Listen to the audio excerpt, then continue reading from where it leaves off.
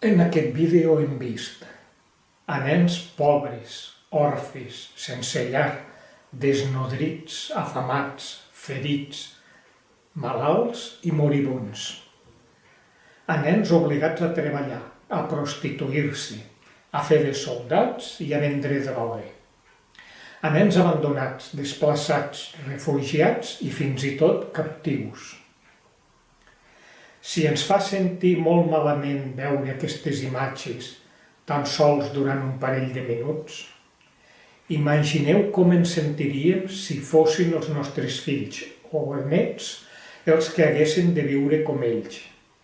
I a més, sense tenir cap possibilitat de fer-hi res per la nostra part si no ens vinguessin a ajudar de fora.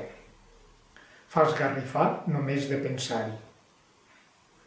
Doncs bé, cents i cents de milions de nens, pares i avis estan vivint en aquestes condicions cada dia i gairebé durant tota la seva vida, esperant inútilment que algú els vagi a ajudar. A continuació passaré una altra tanda de fotos, però aquesta vegada amb nens dels països del sud que semblen feliços, que és com haurien de poder passar la infància i l'adolescència tots els nens del món.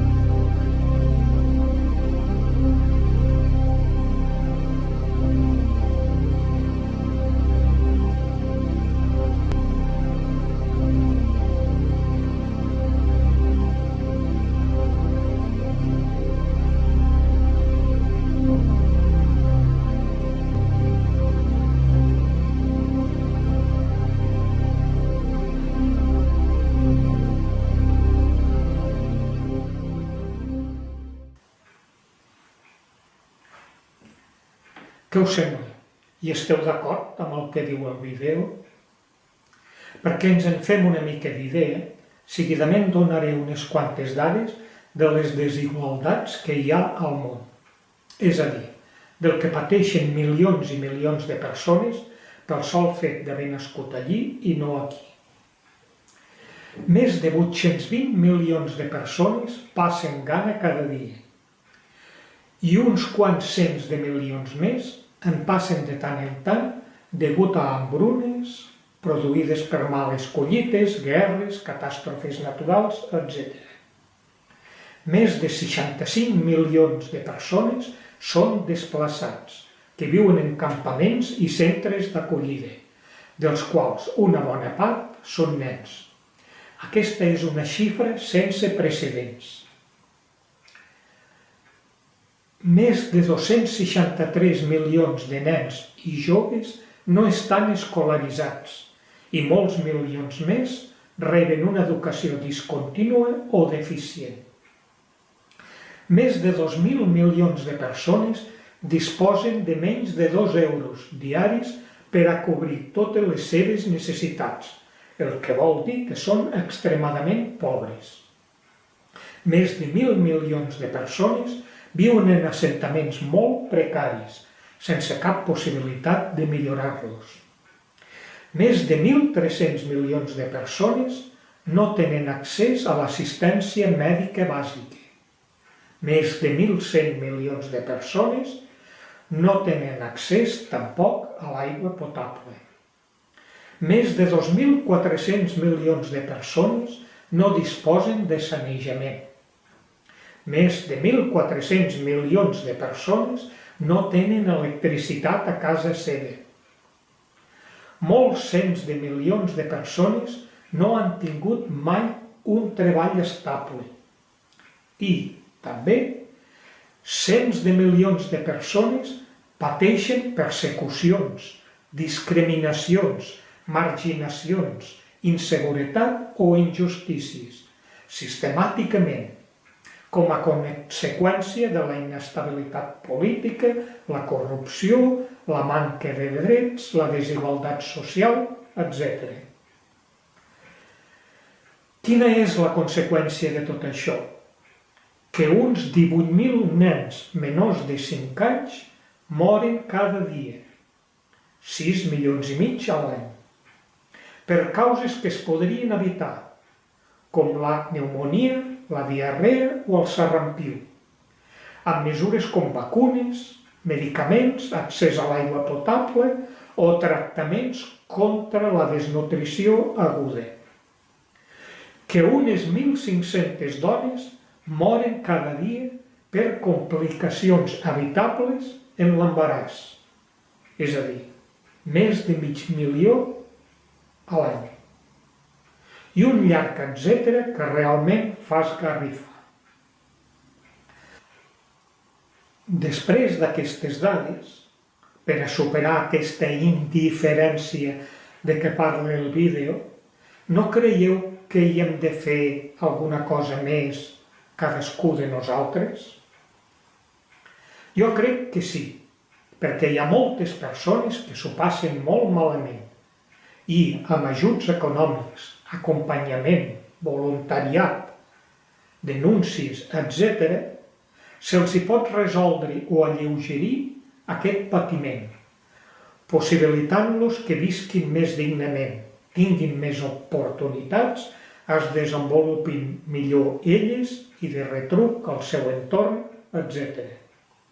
Per tant, cadascú ha de col·laborar segons les seves possibilitats, temps, diners, coneixements, càrrecs, etc., per a contribuir a corregir les desigualtats socials, impulsar el desenvolupament humà a tot arreu, combatre la xenofòbia i el racisme, lluitar contra la violència en totes les seves varietats, defensar els drets humans, defensar el medi ambient, expandir la solidaritat, etc.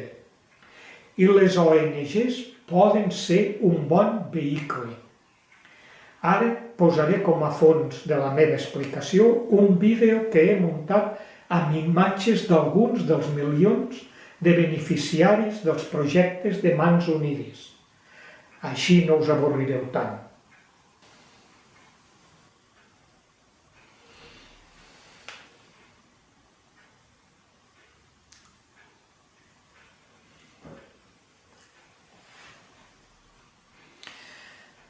Mans Unides es defineix com una ONG espanyola de voluntaris, inclosa en l'estructura de l'Església Catòlica, que lluita contra la fam, la malnutrició, la pobresa, la malaltia, el subdesenvolupament, la falta d'instrucció i contra les seves causes, entre altres la injustícia, la desigualtat en el repartiment de béns i oportunitats entre les persones i els pobles, la ignorància, els prejudicis, la insolidaritat, la indiferència i la crisi dels valors humans.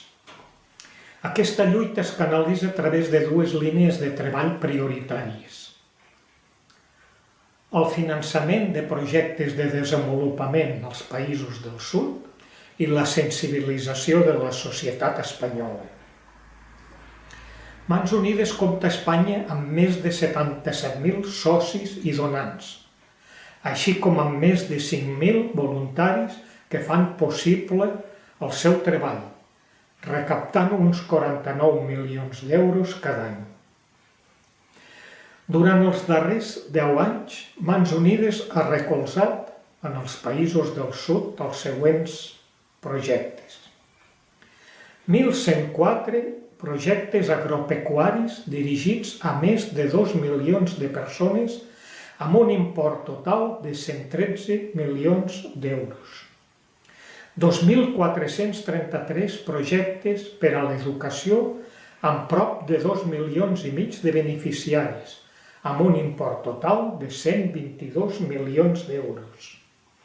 220 projectes d'infraestructures per aigua de consum o rec, latrines, etc., millorant les condicions de vida d'1,7 milions de persones, amb un import total de 13 milions d'euros. 1.209 projectes per dotar de salut a prop de 16 milions de persones, amb un total de 70 milions d'euros.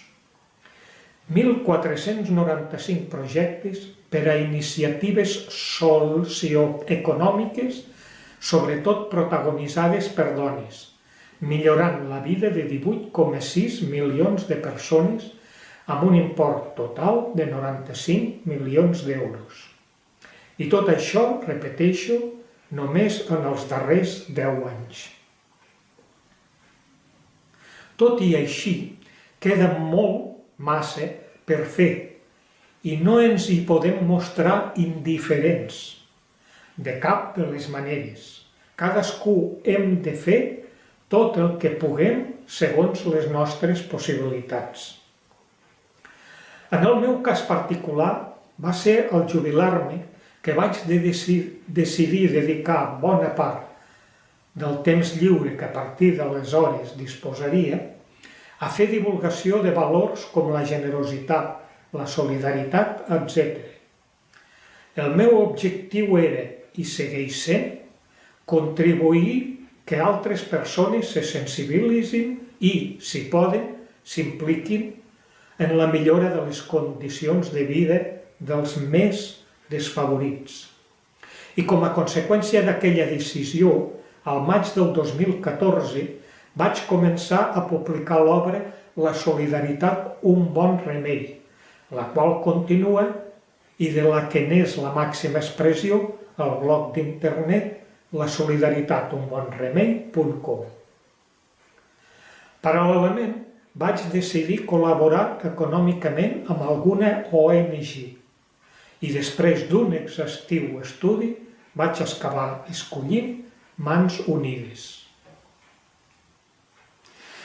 Algunes de les raons per les que vaig escollir Mans Unides són perquè Mans Unides portava aleshores 55 anys d'activitat i, per tant, d'experiència. Ara en porta 60. Perquè Mans Unides treballa a molts dels països més desfavorits del món. Perquè els seus projectes atenen diverses necessitats de desenvolupament: agrari, educatiu, sanitari, social, de promoció de la dona, etc. Tots ells de contrastada utilitat pels beneficiaris, o titulars de drets, com els anomenen ara. perquè té molt poques despeses generals. Per tant, gairebé tots els diners que recullen es dediquen exclusivament a finançar els projectes.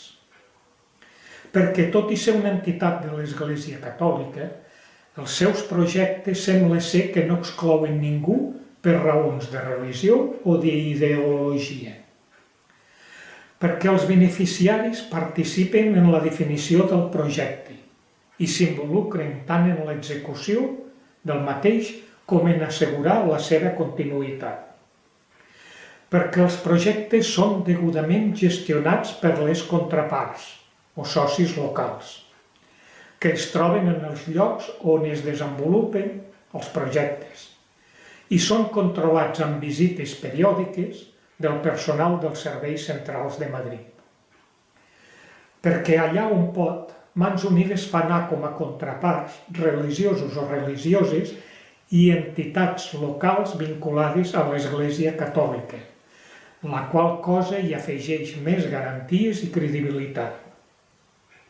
He de confessar que no sóc gaire religiós, però reconec que quan hi ha conflictes bèl·lics o desastres climatològics als llocs més desemparats del sud, els darrers en abandonar la pobra gent que allí hi viu són els missioners i les missioneres.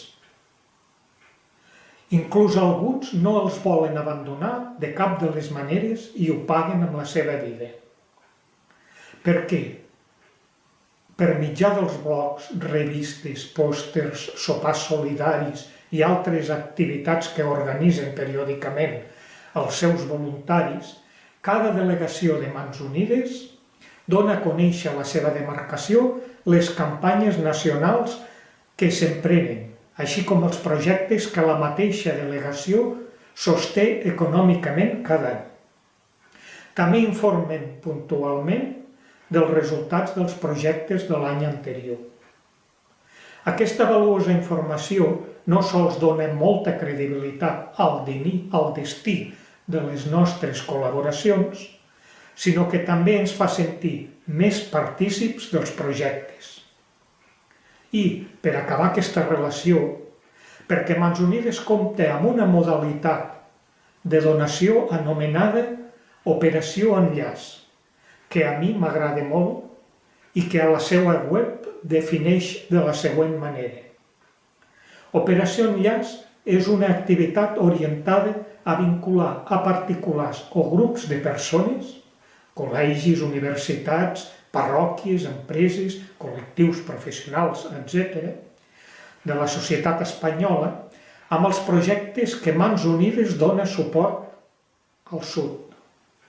I les persones o col·lectius interessats rebran informació del projecte amb la qual es vinculen fins a la seva finalització.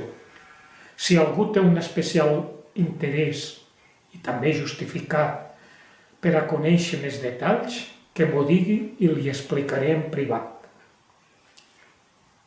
Per tot això, continuo col·laborant amb Mans Unides en nous projectes, amb tanta o més il·lusió que el primer dia. I tant de bo ho pugui seguir fent durant molts anys més, tot i que ja en tinc 70. Per tant, recomano sincerament a tothom col·laborar amb Mans Unides, segons les nostres possibilitats. Us asseguro que en quedarem molt satisfets. Però, sobretot, el que no ens podem arribar a imaginar és el bé que farem a moltes persones necessitades dels països del sud on, sense tenir-ne cap culpa, tan sols per una simple qüestió d'haver nascut en un lloc i no en un altre, s'ho passen i seguiran passant molt malament si no acabem amb la indiferència del vídeo que ens envolta i els ajudem eficientment. Creu-m'hi, val la pena. Moltes gràcies per la vostra atenció.